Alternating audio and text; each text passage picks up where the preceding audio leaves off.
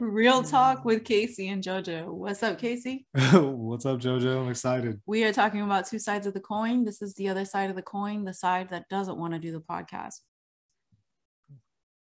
Okay.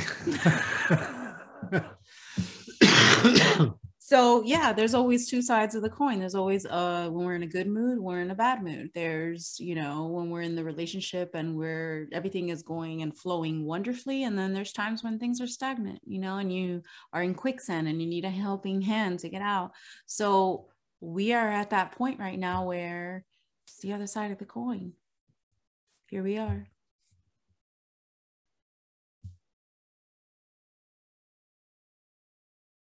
Nice. What do you got to say? I don't have anything to say. Really? So this is us not wanting. I'm at a blank. I have a blank, like a writer's block. Yeah. I have writer's block. We have writer's block. I have no idea what we have writer's block with podcasts. We have podcast block. Is that it? Yeah, that's the thing. We have a podcast block. Yeah, I have a podcast block. What are we going to talk about? About two sides of the coin. Two sides of the coin is the yin and the yang, the duality, the dark and the light, and the I don't feel like it. I feel like it. This is the I don't feel like it. I'm always, I said this the other night when we were doing Reiki Wednesdays. That was last night. I've said this to you over the years. Under any circumstance, anyone is capable of anything, right? So again, if you think that I'm a peaceful person, I could probably take a knife out and slit your throat and enjoy it. There's probably a part of me under certain circumstances that could do that. Yes. Is that the duality, the two sides of the coin that we're speaking of? I guess so. Are relationships like that from time to time? Do you ever find yourself feeling as if, not pleasant, whatever that dark side of the coin is, the light and dark, the yin and yang? Of course, yeah. And when we get thrown into a place where we don't want to be and we just retaliate or we act out or lash out, it's coming from that side, right? Well, and mistakes in a relationship, things that happen that cause pain, are they sometimes done under this auspice of the two sides of the coin? Do you understand what I'm saying? Can you elaborate? Like, you mean meaning that, when a decision's made, let's just say, for example, infidelity, right? Because we always talked over the years, when you committing infidelity is a funny thing, right? Because that's not that just doesn't happen, right? Like, you just don't twist an ankle. You don't just fall in. You know what I'm saying? There's a lot of things that have to happen, especially, if you're married. And you're living together. I mean, there's just a lot of things that have to happen. There's a lot of decisions that need to be made that lead to the point of infidelity, right?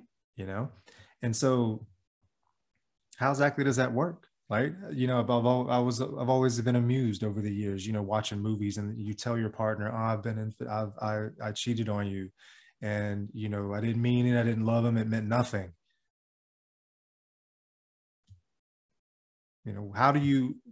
My point is how do you allow yourself to go down that road to only come back to that and go, it meant nothing. Please don't leave me. It was an accident. You know what I'm saying? Like, you walk in duality, but it's a constant shifting of duality. It's not it's rarely displacement, right? Is that what you're saying? What do you mean by that? It's displacement because it's so much. It's a burden. It's we understand that it's chosen from the sin within me, that they like to say.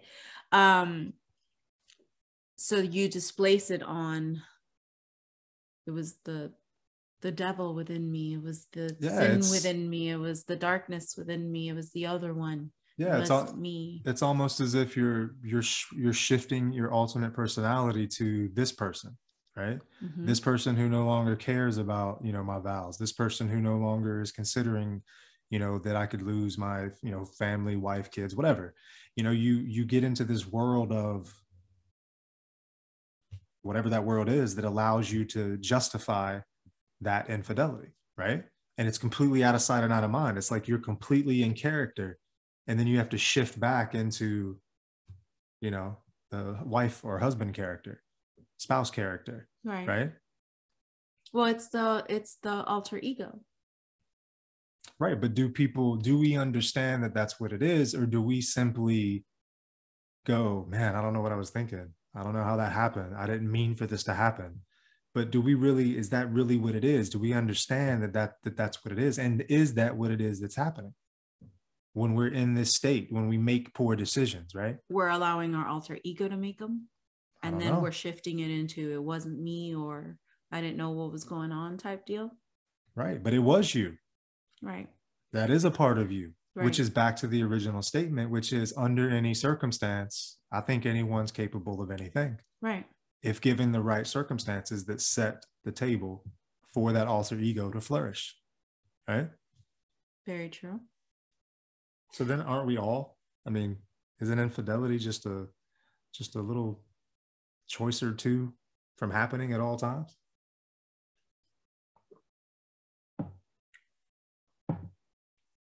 And the fact that we sort of try to act like, I guess we're mightier than, or we're straightforward, or we're making right decisions and we're a good guy or a good girl, that, but in reality, is that something that exists in all of us that, of course, just hasn't shown itself? So we haven't been tested. So we don't really know the wholeness of who we are. Right.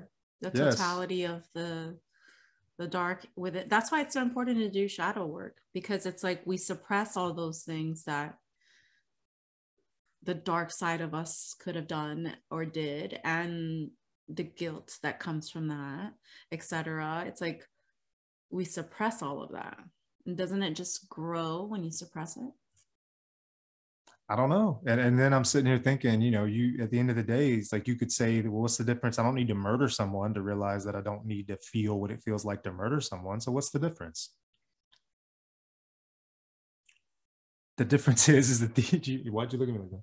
Like what? The difference is that the ego, the ego can't justify murder, but the ego can justify infidelity. Is anything I'm saying making sense? No, it does. It's just I'm thinking about, like, there's a lot of justifications that people place on why they choose to do certain things. It's always justified. Right. And is the justification, that's the point, is the two sides of the coin. The justification doesn't really need to be justified. We're just justifying it just for the sake of feeling better of separating ourselves from that, because we're not willing to accept that maybe inside we are that way. Right? Maybe inside I am a cheating bastard, right? Part of me. But that doesn't mean that I have to live in that. That doesn't mean I have to walk in that. That doesn't mean that's who I am. It's just part of who I am. Right. And so when we're talking about Gemini, because we're in the Gemini stage of the relationship, basically, Gemini deals with that back and forthness, that yin and the yang, the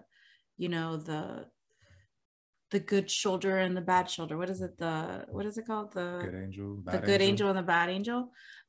It deals with all of that going back and forth. And then really it's like you kind of have like schizophrenia in a way, because you're dealing with going back and forth between that, and then having to choose, like, who are you? And that's, I guess, with all this word vomit that I've been doing for the past 10 minutes, is that it's like, why is there even a volley match?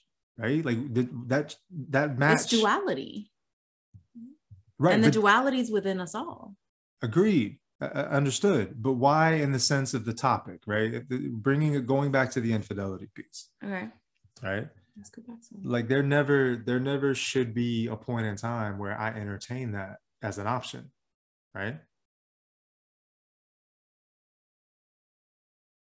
And it gets to the core value of the situation, is that, right? But then again, it depends, right? Because if we're looking at, like, yeah, you shouldn't, but in a relationship, if you feel like one person did you wrong, right, then that's where, you tally it up and maybe not consciously, but then it gets to the point where you're like, there's some type of like vengeance inside that grows, that then finds the way to retaliate, or finds a way to justify, uses that as justification. Right.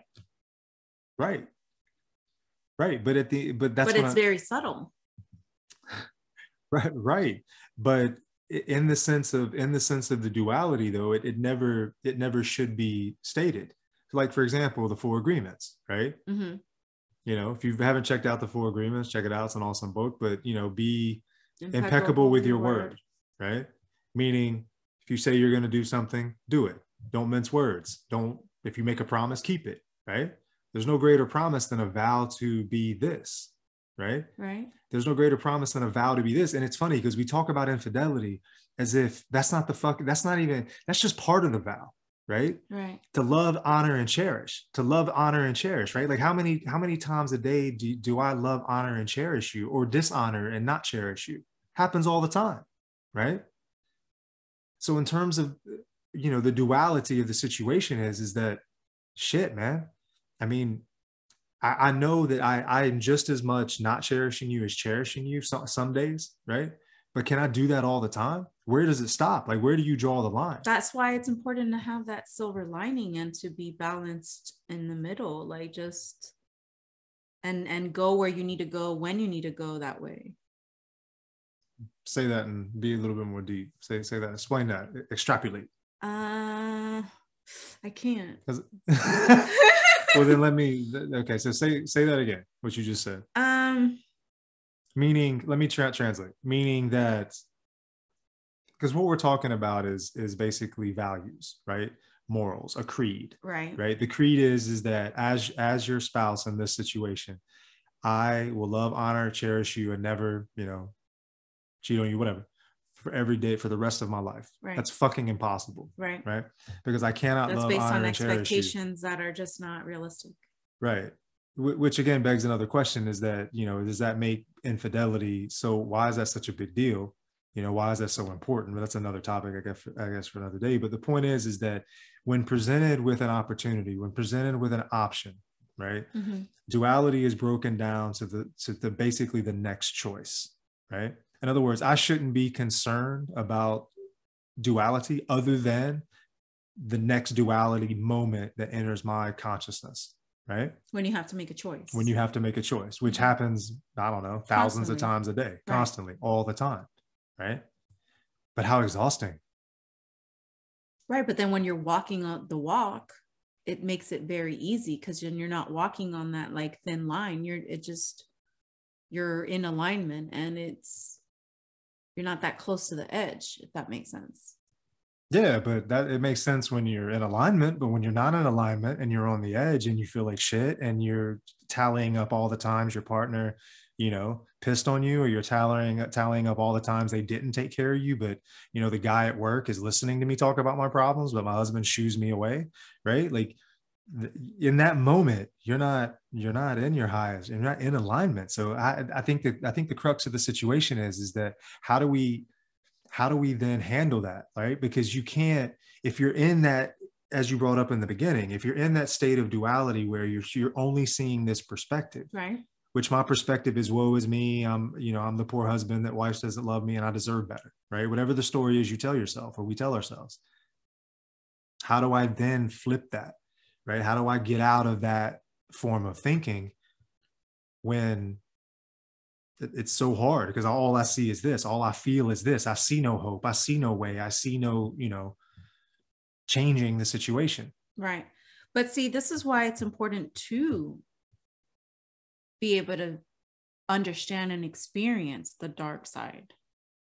Like when you fall, it's important because you won't be able to see the light side of it. You won't be able to see the other side of the coin if you haven't truly experienced that. So, for example, in our case, if I hadn't experienced certain things or done certain things, it would have taken away the experience that I had. And if you take away that experience, how can then I come back and say, hey, I overcame this obstacle after going through this experience, and you can too? And how can I help others get to the light side if I haven't experienced the dark side? You know what I mean? Like we all experience some type of pain in order to get to a point where we're like, okay, we don't want that pain anymore. We want the love. We're going to try to help you now go through your pain. But imagine if we just brushed all that pain away and we never really understood it. We never really like felt it. We never really did the do or do the bad, you know, then how would we be able to explain it? Did you say did the do? Do the do, like whatever that is. Yeah, whatever. All I could think of was this Mountain Dew commercial. Doing the do, bro. You know what I mean? So yeah, I don't know. I think so, it's important to see both sides, and so that you can experience both sides. It's kind of like just the coin period, like somebody who believes heavily on one side of the coin and doesn't want to look at the other side and cannot fathom opening their mind to seeing that there's a whole nother side to the coin, right? Thereby denying the other side of the coin when there's things that you can get from both sides of it. Like you have to judgment and purity, basically. Right, without being able to see the full coin for what it actually is. It's like you're just going, no, there's not another side to it, it's just this side. Or no, there is no darkness in me, you know, or you know, judging others and not judging yourself and going, oh, I see that within myself, or you know, I see this darkness within myself. No, it's like everyone wants to kind of be in denial of that dark side, but everybody has it. And it's like the more they're in denial, the more you can actually even see it. It's like, hello, how are you not seeing it? So I think it's just easy to look at both sides because I've been through both sides. And I'm constantly going back and forth with both sides. And so so it's basically like the Incredible Hulk theory, right? Like, how do you control the Hulk? You just acknowledge his presence, right? Right. And so so you're saying that, or you think that in terms of relationships, it's just part of the process? I think it's being accepting of both, like I always say, the good, the bad, and the ugly, right? Like accepting everything. Like a lot of people are like, oh, nope, you just showed me your other side. So now I can't accept you because I only accept people who are on tails. And as soon as you go heads, oh, I don't accept you anymore.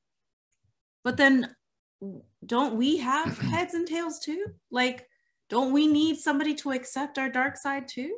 In order to accept me as a whole? Like, don't you need to accept my dark side when I'm feeling down and when I'm like feeling like overwhelmed? Shouldn't you be able to accept me? Because if you accept me at my worst, then you'll accept me at my best. Yeah. I mean, am I making sense? No, you are. I'm in my own headspace because I'm sitting here thinking like, that's where I was earlier. You know, just from an infidelity standpoint, like if I'm scared of infidelity, right? And if infidelity is such a big deal and no one should be committing infidelity in an ideal world, right? Right.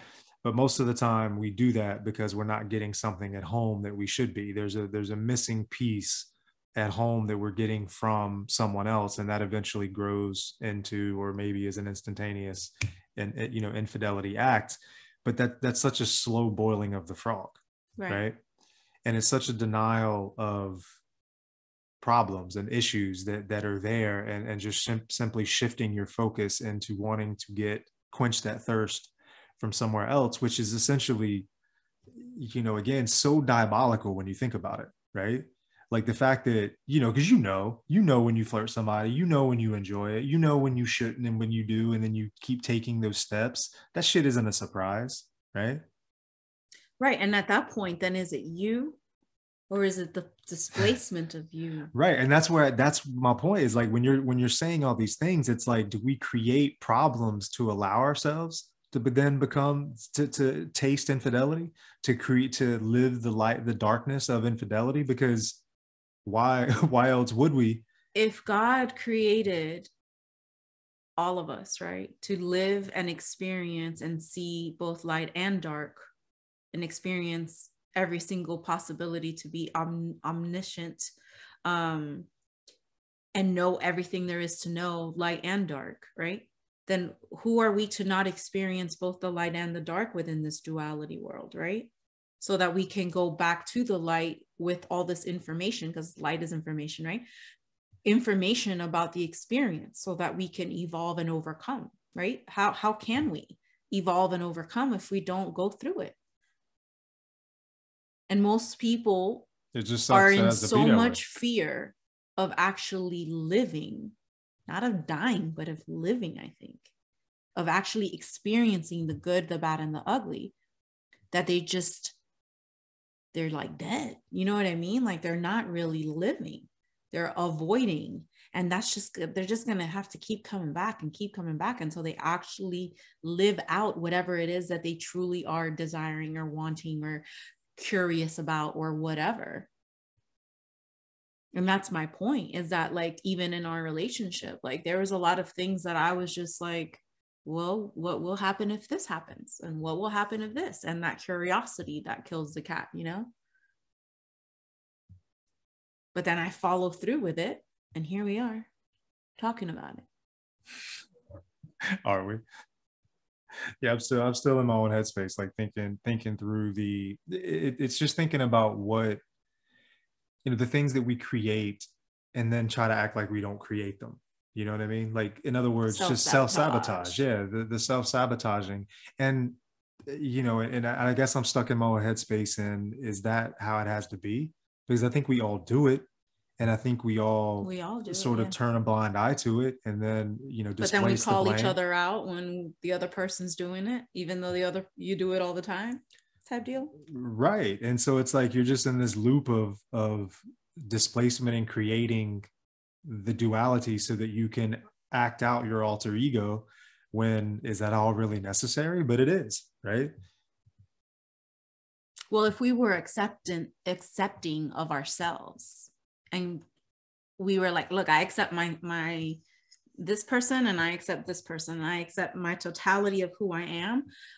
But the problem is we don't, because we feel like, well, what if this person doesn't accept me? And what if this one doesn't accept me? So then there's more displacement going on, because we have to fit into this mold of, let me be this person that this person wants me to be. And let me also be this person because they want me to be like this and they want me to be like that. And sometimes you're just like, fuck it, I don't want to be like anybody. Like I don't. Yeah. And that happens to me a lot, because why? I have a label of being a minister, right? I have a label of being a doctor. I have a label of being this. I have a label of being that. And so I have all these expectations put on me about I have to be a certain way. But who said that these labels are supposed to then make me be one certain way? I'm so many other ways. Yeah, and you bring up a good point, because, and it's exhausting. Yeah, you bring up a good point, because I mean, how much of ourselves do we really share with each other, right? Especially in a new relationship early on, right? Like, how much are you really just sort of, loving that person because of all their good qualities, tolerating the negative, tolerating the bad, when maybe the other person adjusts their personality based on what they think you can and can't tolerate, right? Which would then creates an imbalance in their own personality, which then creates the need to find that person that they can express that themselves with, so that then creeps in that duality, and then that opportunity unfolds. But it's all self-sabotaging, because you're not communicating all of your darkness with your partner, right? Because that's where it is. When you communicate the darkness, the need to act out becomes less, because you've released it and acknowledged it and warranted it. But nobody wants to be real and let that shit out with their partners, because there's also pain there. There's also wounds, egos. How will my partner take it? Right. And so it's like, I remember when we were going through our stuff and breaking up and whatnot, and I basically was like, it was too many, like, I didn't want to step on any eggshells because there was too many wounds there. And so I had to go vent elsewhere so that I wasn't hurting you. You know what I mean? Yeah, and it gets into the neuroscience of it, which is, creating our own loops, because that we become who we think we should become based on someone else's opinion, only to realize that, who the fuck am I? Who the fuck is this? I have these feelings, and I have these feelings, and yeah, maybe I want to go have an orgy with monks in a garden, but I can't tell my partner that, because he's going to judge me and tell me I'm a whore, right? That was such a horrible example. Right? Like, I'm still stuck on monks but you get what I'm saying. And then were you a guy or a girl talking at that time? You get what I'm saying. I don't know. That was a whore. Just delete that. But we we have all these things within us as people, and I think that it's easy to fall into the trap of becoming a robot with your partner, right? Of only showing them a certain side of you that you've sort of been used to showing, but you still have all this stuff on the outside of you. Like, I'll give you a good example, and this is why I've never been a fan of this: is strip clubs, right? Like, dudes go out to strip clubs, and I've been in a strip club. Women, I've seen you. I've never been to a men's strip club, but I've seen it on television. I understand it's kind of the same thing. Y'all lose y'all's mind in a strip. You've been to a women's strip club. Women lose their mind in a strip club, right? Yeah. And it's like, to me, that's crazy. Like, why am I going to go and rub up on some other woman and then go home and have sex with the woman that I should be rubbing on to begin with, right? Like, my wife can dance for me just like any other woman could, right? Like, I don't get that mentality, but that's kind of what I'm talking about. I mean, if I told you I wanted to go watch other women dance, you should be right by my side experiencing that with me in non-judgment, right? Like, that's really how it should work. So the point is being accepting of the other person. It's being accepting, and the other person feeling as if truly they can, just like you said today, right? Like, I should be able to tell you that I feel these things and not get anything back. But the minute I respond how you don't want me to respond, the ego within you goes, I'm not doing this again because he didn't respond the way I wanted him to. So I can't share who I want to. And then maybe another guy, makes you feel like you can because he listens and is attentive and all this stuff. So you create again this self-created duality that creates this opportunity for infidelity.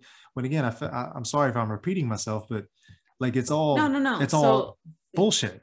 Well, so like, I'm going to give it from my own experience, is that you create a bubble. Okay. And so it's like, I have a bubble within my world with you, right? But then I've also created this other bubble with my world with him. And then I can then switch on to being the person that I am when I'm in this bubble with him. And then I can come and switch and be the person that I am when I'm with you, right? But I created this other bubble based on what I could be, how I can be myself in this bubble. But if I could just be myself within this bubble, that other bubble wouldn't need to be there. Correct. Boom. But that's very difficult. Very. Right? Because again, it goes back to the original statement, the vow: love, honor, and cherish. And that is because you have to be able to love, honor, and cherish yourself first, and just as much, before you expect anybody else to be able to do that for you. And that is where it gets really difficult. Right, because we have been taught, we have been programmed to believe that when we fall in love, the other person is my other half. They complete me. They complement you. They don't complete you. Only you can complete you. Right. But that's not how it works, right? We look to the other person to basically complete something within us, and when that fails, we usually will look elsewhere or create the bubble in order to fulfill that which is not being fulfilled. Right. So it's like, look, I'm going to be one side of the coin, and I want you to be that other side of the coin for me, even though you are both sides of that coin. You are the coin. You're just another coin. And when those decisions are made, it further entrenches. Like, for example, if he's over here and he's attentive and he listens to your problems and he's whatever, then you basically further tell the story of, I'm not that person, in order to justify, you're not attentive, you're not talking to me, you're not giving me attention, you're not giving me affection, but he is. And what's amazing is that, I think it's the whole what side of the grass is greener, right? The side you water. Right. Exactly. And I think it's hilarious, because if you took the same husband that this wife didn't appreciate, he probably would demonstrate the same exact qualities that this other guy's demonstrating to the other woman, but he's not doing it to you. Right. And therein lies the duality. Right. Very interesting. Super.